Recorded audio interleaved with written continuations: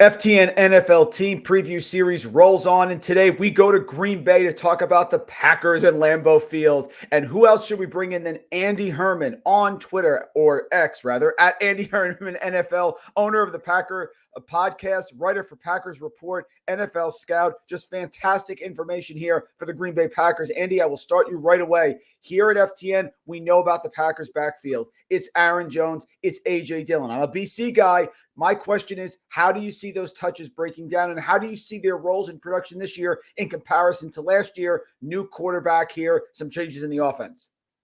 Yeah, thanks so much for having me, Mike. I think the cool thing about Jones and Dillon is we've seen this duo and this combo for the past few seasons, right? And I think this is going to be the exact same story as we've seen the last few years. Now, I do think they're clearly going to try to run the ball a little bit more. I think they have a lot of trust in Jordan Love, which I'm sure we're going to talk about. So I don't think it's going to be just this complete ball control offense or anything like that. But I do think as far as distribution of carries, who gets the catches out of the backfield, who's running the ball primarily, it's going to be Jones as your number one with a good helping of AJ Dillon as the number two. And I wouldn't be shocked if they ended up out of training camp exactly like they did last year with only two running backs on the active roster, calling players up from the practice squad to supplement that. Emmanuel Wilson's had a nice camp, but look for Jones and Dillon to be very similar to what they've been in the past. My other question here, as we get into the goal line carries, is we always thought as an outsider, you tell us differently, that would be primarily Dillon. However, what we saw is when Aaron Rodgers was there, they would go shotgun as they get close to the goal line. Aaron Jones was in there a lot. Do you see a more traditional offense where Dillon gets more of those short yardage goal line carries, or it's going to be, again, 50-50 like it was in the past? I think it's going to stay similar. And I think the thing that, sometimes people forget is when the goal line gets super tight like that and it's all packed in and it's condensed. Yes, sometimes it's nice to have a power back, certainly if you have like a Derrick Henry or something like that. But sometimes the creases are so thin that sometimes a guy that can, just squeak through and get through the hole and be a little bit smaller is kind of advantageous. And I do think there's a point where you just kind of don't want to take Aaron Jones off the field because he is so good at finding those little creases and getting through the hole. So Jones has been a pretty darn good red zone back when given opportunity. So I don't think it's going to change too much. Dillon will certainly get his opportunities there as well. But Green Bay, and rightfully so, doesn't like taking Aaron Jones off the field either. So I think that's also going to be very similar. Let's look at the target share here with the wide receivers. Christian Watson versus Romeo Doubs. Curious as your thought is, who is sort of the number one there? Is it Watson? Clearly, Doubs really had his moments as well. How do you see between those two guys, before we get to the other receivers, tight ends as well, Christian Watson, Romeo Doubs, two guys who really had a huge impact last year and are set up for sustained success in the NFL?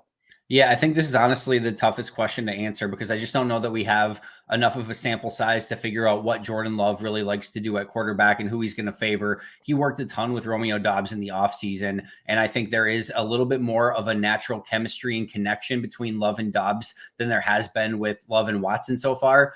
But I don't think it's necessarily who's one and who's two. I think it's more situational, and I think it's more how do they want to use those two players. Romeo Doubs, I think, is going to be a little bit more of maybe, like I said, with that chemistry, maybe his safety valve and being, and obviously Luke Musgrave, who we're going to talk about, is going to be that as well. But I think he has maybe a little bit more faith and trust. We've seen some third down throws where there has been zero window and he's trust Romeo Doubs in those situations and thrown him open, and Doubs has gone and make the play for him.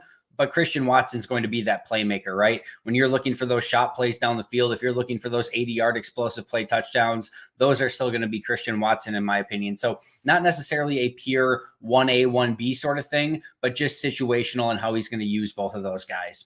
Now let's get to the two players here. We mentioned the two rookies. I'm talking about Jayden Reed. I'm talking about Luke Musgrave, two players that we've heard are making a huge impact. Reed with a touchdown catch. And all we hear coming out of camp here, Andy, is that Luke Musgrave is not coming off the field. Talk about those two players, because in a fantasy community, those are people we're targeting late that we think can have a huge upside. I am very high on Jayden Reed. Talk about Reed and Musgrave.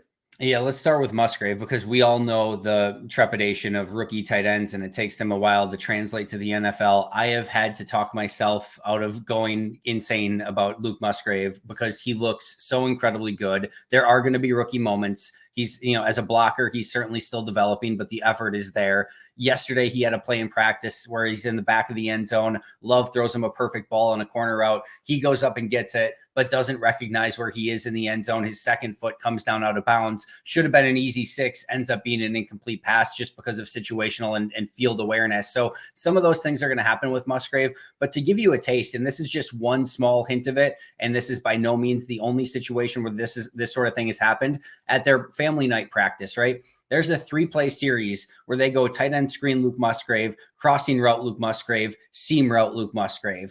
And this has been like in preseason, every snap I believe that Jordan Love has played, Luke Musgrave has been on the field. He is by far and away tight end number 1. Their first round pick, Luke Musgrave, Lucas Van Ness, has not, been with the ones and had that same sort of situation. Wow. No other rookie has. He has been tight end since day 1 of OTAs and mini camps and has never given that spot up. So they think very highly of him. And he also has become very much a safety valve and security blanket for a first-time quarterback. We know a 6'6" tight end with speed who can separate is going to be his best friend.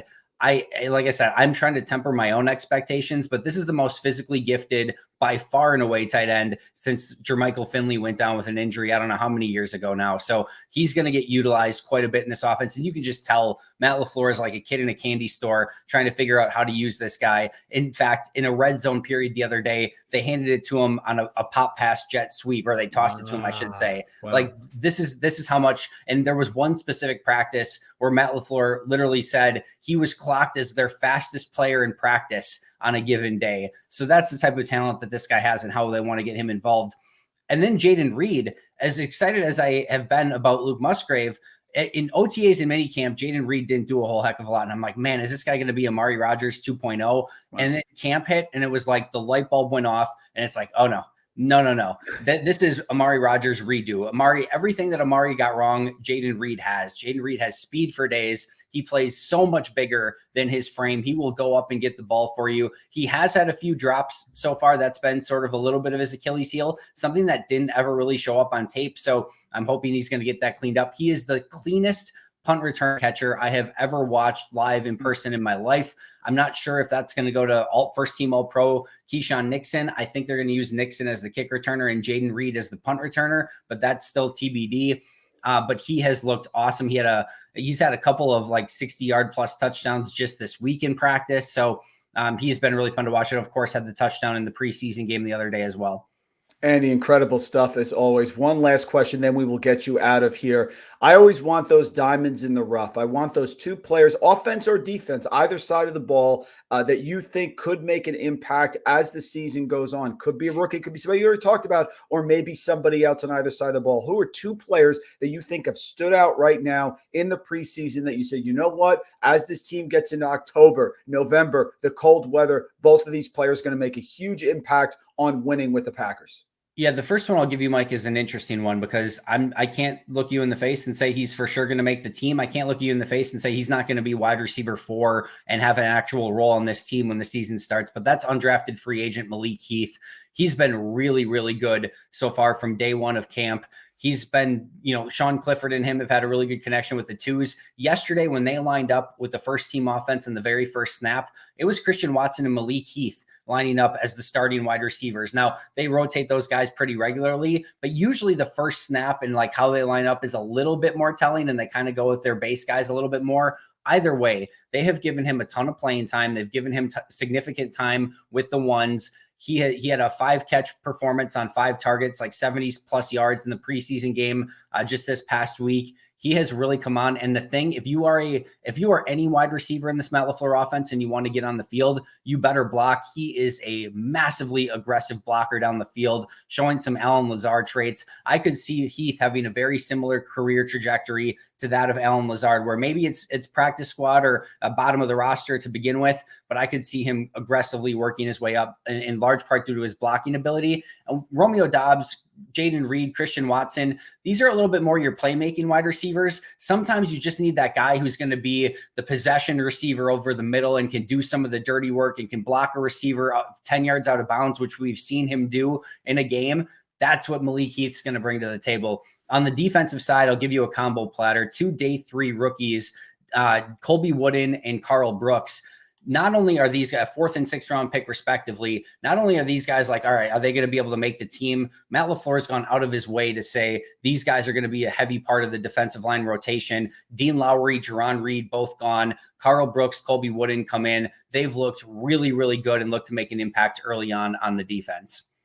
Oh, fantastic stuff as always, folks. Andy, so nice to join us here at FTN Team Previews. Follow him on X at Andy Herman NFL, owner Pack a Day Podcast, Packer Report 66. Just an amazing work. So much there in a few minutes. Thank you, Andy, so much. Can't wait for the season to start. And the Packers are a team, like I said off air, a few months ago, they were last to win this division. Now those odds are creeping up. Could get a lot higher here. A lot of potential and excitement around the Green Bay team coming into the season. Thanks, Mike.